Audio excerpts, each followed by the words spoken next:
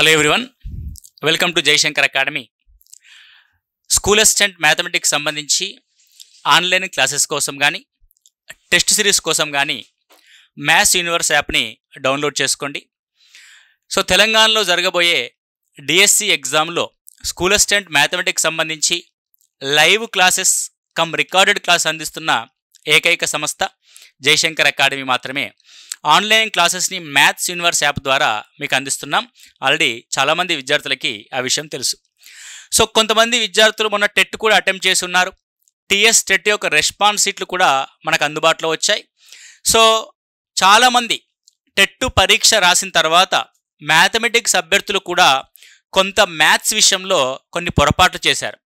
So కంటెంట్కి సంబంధించి అనుకున్న సమయంలో ప్రశ్నల్ని సాల్వ్ చేయలేకపోయిన సందర్భాన్ని చాలామంది విద్యార్థుల్లో మనం గమనించి ఉన్నాం. టెట్ పేపరే ఈ విధంగా కాంప్లికేట్గా ఉంటే మరి రాబోయే డిఎస్సి ఏ విధంగా ఉండాలి? కాబట్టి ఆ విషయాన్ని మీరు దృష్టిలో పెట్టుకొని మీ యొక్క ప్రిపరేషన్ మోడ్ని, మీ యొక్క ప్రిపరేషన్ యొక్క స్ట్రాటజీని మార్చుకోండి. ప్రశ్నాపత్రాన్ని గమనిస్తే పూర్తి స్థాయి కాన్సెప్చువల్ లెర్నింగ్లోనే మనకి పేపర్ అనేది ఉంది. అంటే అభ్యర్థి యొక్క అవగాహనని ప్రశ్నించే విధంగా, అభ్యర్థి యొక్క అనాలిసిస్ని ప్రశ్నించే విధంగా ఈ ప్రశ్నలు అప్లికేషన్ ఓరియంటేషన్లోనే రావడం జరిగింది తప్ప డైరెక్ట్ టెక్స్ట్ బుక్ నుంచి అయితే రావడం జరగలేదు. కానీ పూర్తి స్థాయిగా మనం ప్రశ్నల్ని సాల్వ్ చేయాలంటే టెక్స్ట్ బుక్ యొక్క పూర్తి కాన్సెప్చువల్ నాలెడ్జ్ అయితే మనకు ఉండాలి. కాబట్టి అలాంటి కాన్సెప్చువల్ నాలెడ్జ్ని మీకు అందిస్తూ అత్యంత సులభంగా ఎలాంటి ప్రశ్న ఇచ్చినా సాల్వ్ చేసే విధంగా మీకు స్కూల్ అసిస్టెంట్ మ్యాథమెటిక్స్ సంబంధించిన ఆన్లైన్ తరగతుల్ని మీకు అందిస్తున్నాం. సో అదేవిధంగా టెస్ట్ సిరీస్కి సంబంధించి కూడా చాలామంది విద్యార్థులు ఏం చేస్తారంటే ఆ ప్రశ్నాపత్రం ఏ విధంగా వస్తుందో తెలియక ఏదో చేతికి దొరికిన ప్రశ్నాపత్రాలని సాల్వ్ చేస్తూ ఉన్నారు. కానీ గత ప్రశ్నాపత్రాలను దృష్టిలో పెట్టుకొని వస్తున్న ట్రెండ్స్కి తగ్గట్టుగా ప్రశ్నల్ని మనం ఫ్రేమ్ చేస్తూ మీకోసం టెస్ట్ సిరీస్ కూడా అందించడం జరిగింది. కాబట్టి స్కూల్ అసిస్టెంట్ మ్యాథమెటిక్స్ ప్రిపేర్ అవుతున్న అభ్యర్థులకి ఈ టెస్ట్ సిరీస్, దాంతోపాటు ఎక్స్ప్లెనేషన్ వీడియోస్ కూడా మీకు టెస్ట్ సిరీస్లో అందుబాటులోకి తీసుకొస్తున్నాం. ఈ రాబోయే నెల రోజుల సమయం అనేది అత్యంత కీలకం. ఓకే, కాబట్టి ఈ జూన్ అండ్ జూలై మాసం అనేది తెలంగాణ స్కూల్ అసిస్టెంట్ ప్రిపేర్ అవుతున్న అభ్యర్థులకు కావచ్చు, అంటే తెలంగాణలో డిఎస్ ప్రిపేర్ అవుతున్న అభ్యర్థులందరికీ కూడా చాలా ఇంపార్టెంట్, రైట్? సో కొన్ని క్వశ్చన్స్ మనం ఇక్కడ టీఎస్ టెట్లో అడిగిన ప్రశ్నల్ని మనం ఇక్కడ డిస్కస్ చేద్దాం. ఎందుకంటే రాబోయే డిఎస్సికి కూడా మనకి ఇవి ఉపయోగపడతాయి. అసలు ప్రశ్నని ఏ విధంగా సాల్వ్ చేయాలన్న విషయం మనకి ఐడియా ఉండాలి కాబట్టి. Okay, right, let's see the question. అసలు క్వశ్చన్ని ఏ విధంగా సాల్వ్ చేస్తాం, అసలు ఎలా మనం క్వశ్చన్ని సాల్వ్ చేస్తే అది తక్కువ సమయంలోనే మనం దాన్ని పూర్తి చేయొచ్చు అన్న విషయాన్ని మనం ఇక్కడ చూద్దాం. Right, A mobile phone company fixed the price of A mobile phone as 92,500. A customer purchased a mobile phone on which he paid 18% GST additionally. Then the purchase price of the mobile phone including GST is. ఒక mobile కంపెనీదారుడు mobile phone రేటుని 92,500గా నిర్ణయించాడు. దానిపై customer 18% GST అదనంగా చెల్లించాల్సి వస్తే mobile ఫోన్ని కొన్నాడు. అయినా GSTతో కలిపి మొబైల్ ఫోన్ కొన్న ధర ఎంత? అయితే చాలామంది డిఎస్సి అభ్యర్థుల్లో ఒక క్వశ్చన్ ఉంది, సార్ క్వశ్చన్ పేపర్ తెలుగులో వస్తుందా, ఇంగ్లీష్లో వస్తుందా? క్వశ్చన్ పేపర్ మనకి బైలింగ్వల్లో వస్తుంది. అదేవిధంగా మన యొక్క ఇంగ్లీష్ మీడియం అభ్యర్థులు ఎవరైతే ఉన్నారో వాళ్ళకి చాలా ఇబ్బందికరంగా ఉంది ప్రిపరేషన్లో కానీ, లేదంటే మెటీరియల్ దొరకడంలో కానీ. సో మనం మ్యాథ్స్ యూనివర్స్ యాప్ ద్వారా బైలింగ్వల్ క్లాసెస్ని మీకు అందిస్తున్నాం. సో అది మీరు గమనించండి. సో ఇప్పుడు ప్రశ్న ఏ విధంగా సాల్వ్ చేస్తాం? మనము 92,500 రూపాయల పైన మనం ఏం చేయాలి? అదనంగా 18% చెల్లించాలి. కాబట్టి 18% కనుక్కుంటే సరిపోద్ది. ఓకే, అంటే 92,500కి అదనంగా 18%ని యాడ్ చేయాలి. 18 5 90. Okay, right. సో 18 2 36 + 9 45. రైట్, మీరు ఇక్కడ గమనించండి, చివరి 2 డిజిట్స్ 50స్లో ఉన్నాయి.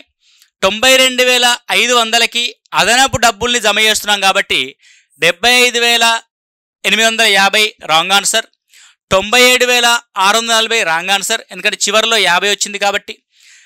1,08,500 రాంగ్ ఆన్సర్, ఎందుకు చివరిలో 50 రావాలి కాబట్టి.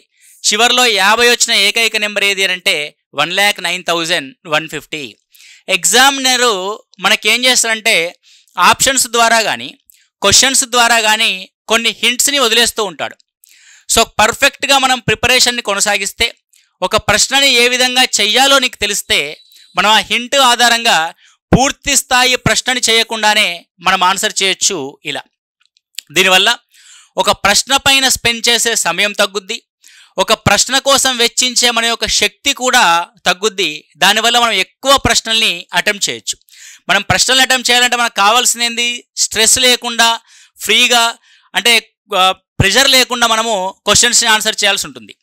ఇక్కడంటే ఓకే 30 క్వశ్చన్స్ కాబట్టి మనం హ్యాండిల్ చేయగలుగుతాం, కానీ ఎగ్జామినేషన్లో డిఎస్సిలో 88 క్వశ్చన్స్ని మనం అక్కడ హ్యాండిల్ చేయాల్సి ఉంటుంది. కాబట్టి మనం సాధ్యమైనంత వరకు తక్కువ సమయాన్ని ఒక్కొక్క ప్రశ్న కోసం వెచ్చిస్తూ పోవాలి.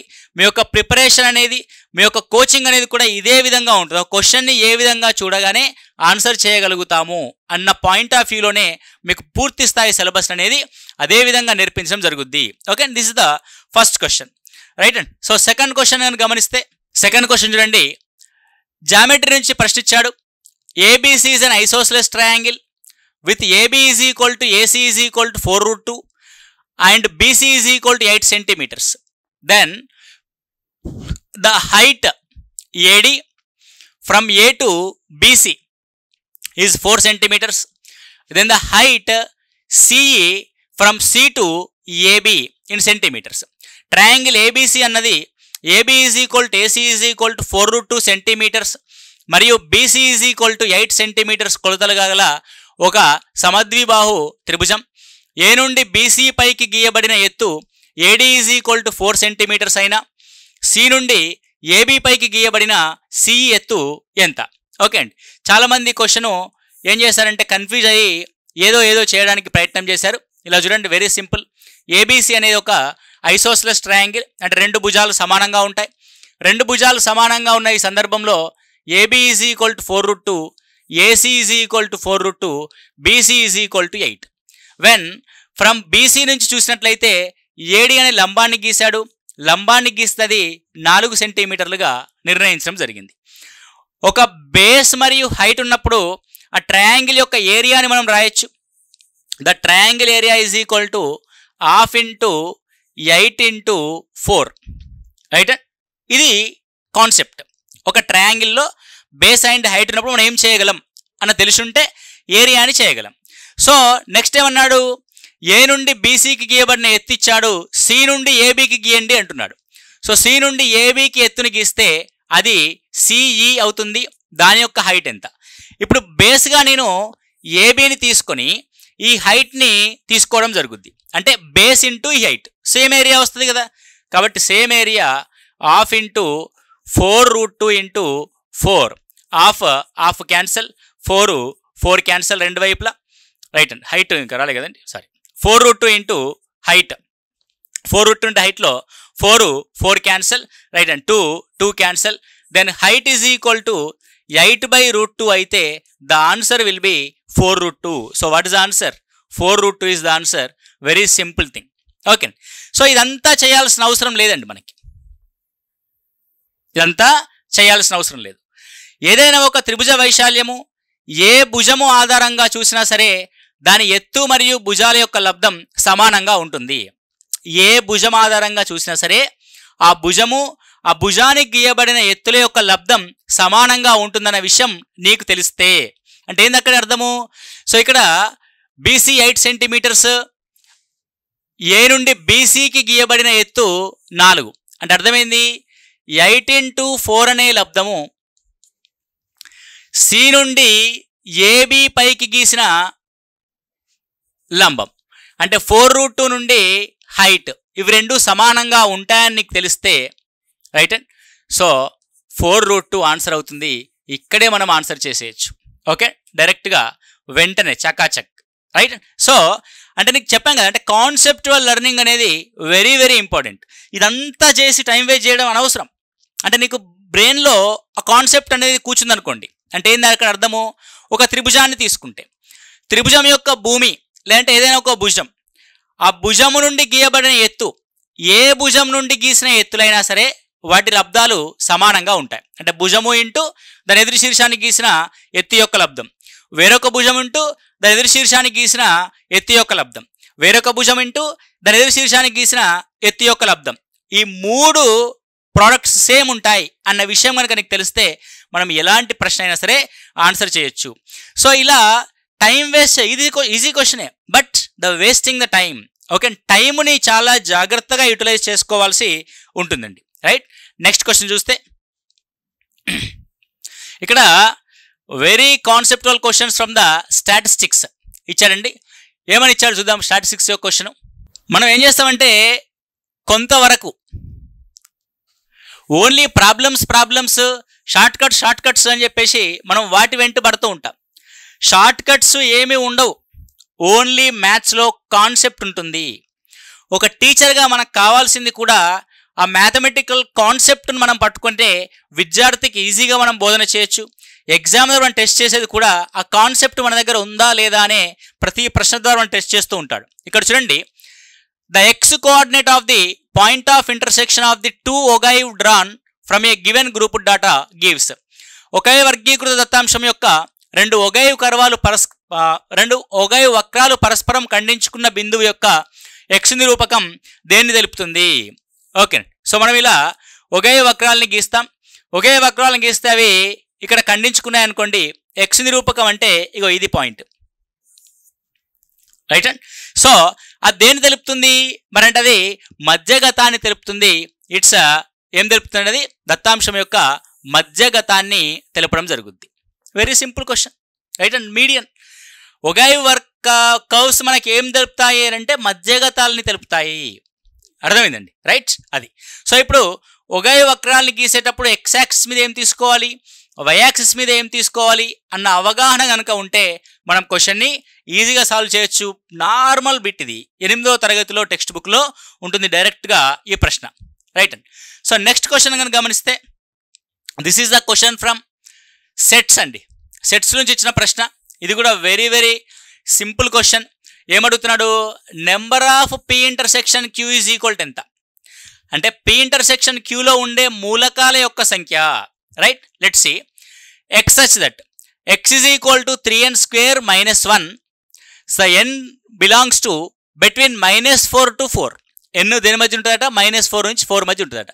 Next, X is a prime number and it's between 1 to 20. 1 నుంచి 20 వరకు ఉన్న ప్రైమ్ నెంబర్ అంట. రైట్ అండి, ఎక్స్ అనేది ఒక ప్రధాన సంఖ్య. ఎక్కడి నుంచి ఉంటుంది? 1 నుంచి 20 వరకు ఉన్న ప్రధాన సంఖ్య. 1 నుంచి 20 వరకు ప్రధాన సంఖ్యలు ఏమున్నాయి? 2, 3, 5, 7, 11, 13, 17, 19. 1, 2, 3, 4, 5, 6, 7, 8. ఇందులో మొత్తం 8 ఉన్నాయి. సో 8 ఈ క్యూ అనే సెట్లో ఉంటాయి. మరి పీలో ఏముంటాయో చూద్దాం. ఇది 3n² - 1. If you are taken -4 here, -4 కనుక తీసుకుంటే 16 అవుతుంది. ఎందుకంటే n² కదా. 16 అంటే 16 3s 48 - 1 47. 3² 9 3s 27 - 1 26. So 3 4s 12 - 1 11. ఎందుకంటే -2² పెడుతున్నాం కాబట్టి. So 3 1s 3 - 1 2. నెక్స్ట్ 0 -1. ఎందుకంటే 0 పెడితే ఏమవుతుంది? -1 అవుతుంది.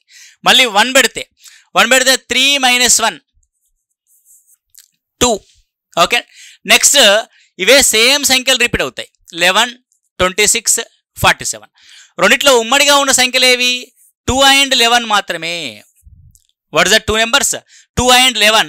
ఎన్ని ఉన్నాయి? 2 ఉన్నాయి. చాలామంది అభ్యర్థులు దీనికి 3 అని ఆన్సర్ చేశారండి. ఎందుకు 3 అని ఆన్సర్ చేశారంటే సార్ 2 సార్లు 2 వచ్చింది కదా అనుకొని. కానీ మనం సెట్ బిల్డర్ ఫామ్ రాసేటప్పుడు, సెట్ని రోస్టర్ విధానంలో రాస్తున్నప్పుడు మనము డబల్ వచ్చిన వాటిని ఎలిమినేట్ చేసి సింగిల్ ఎలిమెంట్ని మాత్రమే తీసుకోవడం జరుగుద్ది. సో రెండిట్లో కామన్గా ఉన్న ఎలిమెంట్స్ ఏవి? 2 మాత్రమే. కాబట్టి number of P intersection Q ఎంత అంటే only 2. Right and very simple question, very easy. అంటే సెట్స్లో మనం సెట్ బిల్డర్ ఫామ్ నుంచి రోస్టర్ ఫామ్ రాసిస్తే మనకు ఆన్సర్ అనేది ఈజీగా వస్తుంది.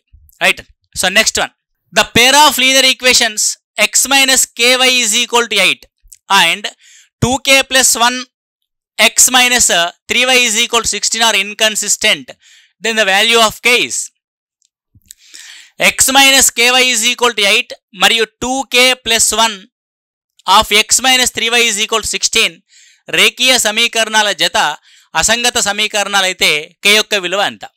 when it was inconsistent, ఎప్పుడు ఇన్కన్సిస్టెంట్ అవుతాయి? whether two lines are parallel to each other. So ఎప్పుడు ప్యారలల్ అవుతాయి అని అంటే మనకి a1x plus b1y plus c1 is equal to 0, a2x plus b2y plus c2 is equal to 0. whether it is a1 by a2 is equal to b1 by b2 అయినప్పుడు అవి inconsistent అవుతాయి. So what is the a1? 1 by a2 2k plus 1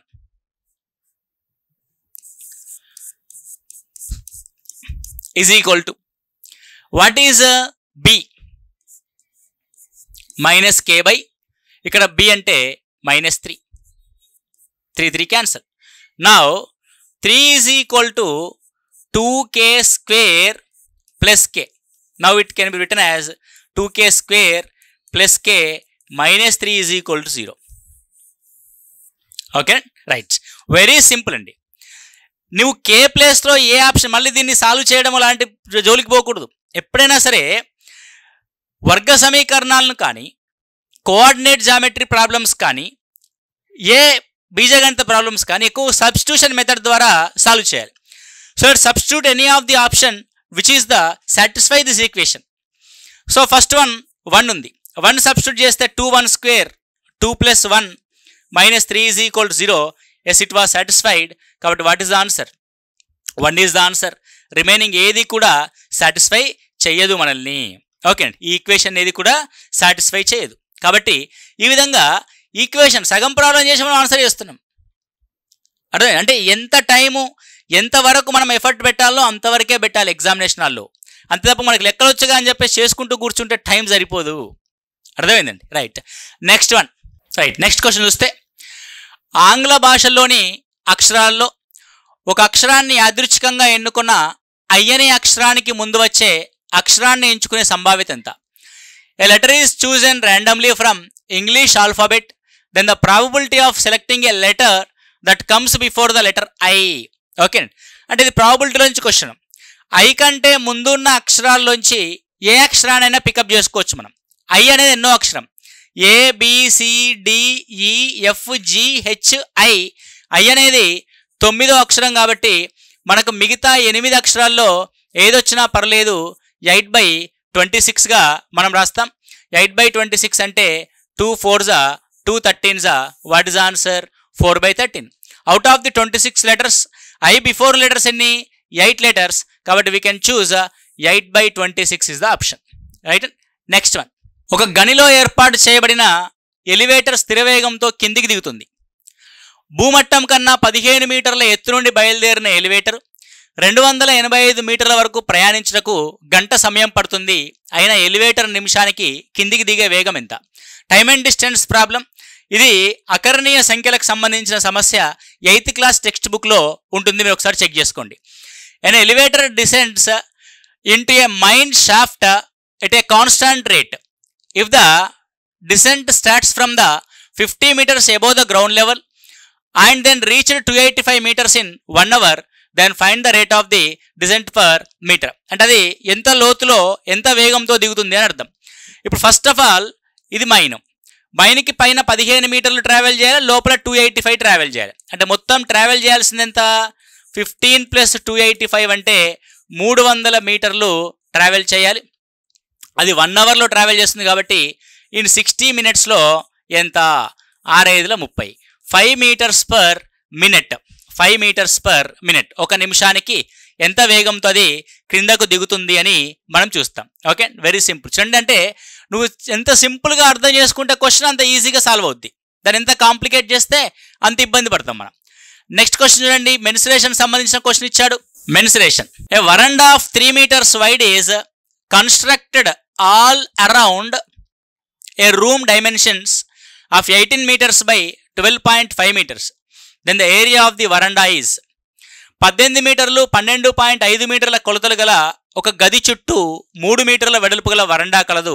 అయినా వరండా ఆక్రమించిన ప్రదేశ వైశాల్యాన్ని కనుగొనండి. ఇప్పుడు ఇది ఒక రూమ్.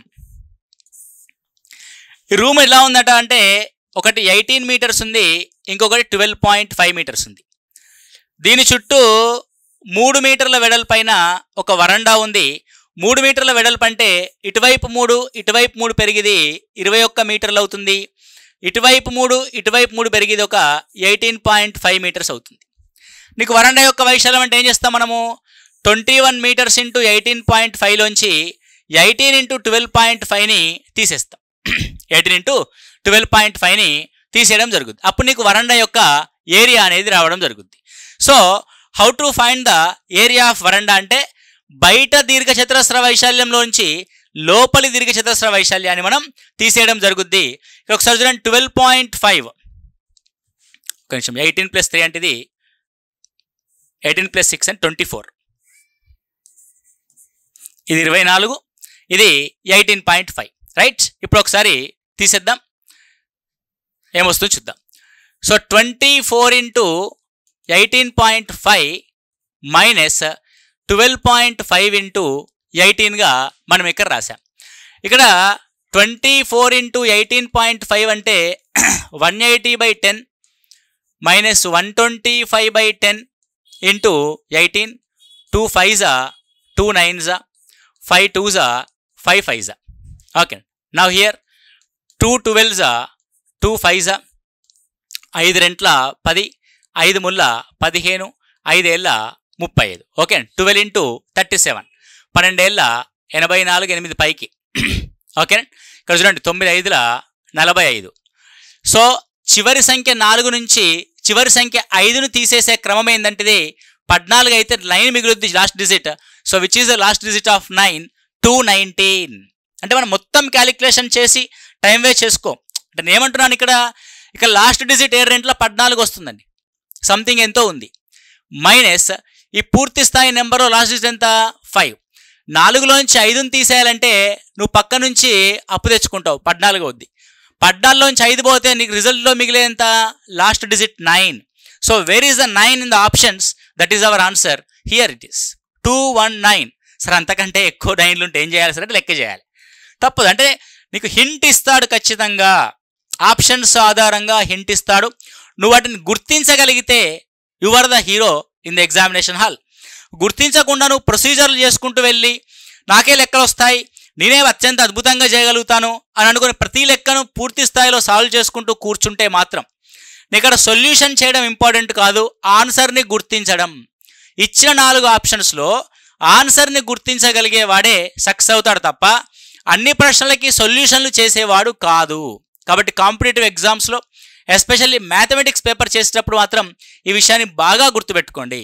అందుకే మీకు చెప్పే ప్రతి క్లాస్ కానీ పెట్టే ప్రతి పరీక్ష కానీ దాని ఎక్స్ప్లెనేషన్ కానీ మీకు ఇదే విధంగా ఉంటుంది. ఆన్సర్ని గుర్తించడం ఎలా, అతి తక్కువ సమయంలో అతి తక్కువ ఎనర్జీతో మనం క్వశ్చన్స్ని ఏ విధంగా సాల్వ్ చేస్తాం. ఓకే, ఆ కాన్సెప్ట్లో మీకు ఈ క్లాసులు ఏంటి ఉండడం జరుగుద్ది. రైట్ అండ్ సో మిగతా క్లాసెస్ క్వశ్చన్స్ నెక్స్ట్ చూద్దాం.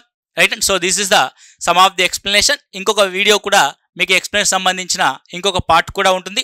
కాబట్టి ఎవరైతే మొదటిసారి జయశంకర్ అకాడమీ ఛానల్ని చూస్తుంటారో వాళ్ళు సబ్స్క్రైబ్ చేసుకోండి. ఆన్లైన్ క్లాసెస్ కోసం మ్యాథ్స్ యూనివర్స్ యాప్ని డౌన్లోడ్ చేసుకోండి. మీకు ఏమైనా వివరాలు కావాలనుకుంటే రైట్ అండ్ సో 8885607060కి కాల్ చేయండి. పూర్తి స్థాయి కాన్సెప్టువల్ క్వశ్చన్స్తో కూడిన టెక్స్ట్ బుక్స్ ఎక్స్ప్లెనేషన్ చేస్తూ ప్రతి ప్రశ్న ఏ విధంగా సాల్వ్ చేయాలి ఆ తక్కువ సమయంలో అనే కాన్సెప్ట్ బేస్డ్గానే మీకు ఈ ప్రిపరేషన్ అనేది ఈ కోచింగ్ అనేది అందించడం జరుగుద్ది. కాబట్టి రాబోయే 40 రోజులు చాలా జాగ్రత్తగా ఉండండి. ఈ 40 రోజులే అత్యంత కీలకం. పోస్టు తక్కువ ఉన్నాయి ఎక్కువ ఉన్నాయి అన్న విషయాన్ని వదిలేసి ఈ 40 రోజులు జాగ్రత్తగా ప్రిపేర్ అవ్వండి. ఎవరైతే ప్రిపేర్ అవుతారో వారు ఉద్యోగం సాధించడానికి అవకాశం ఉంటుంది. Okay, thank you, all the best.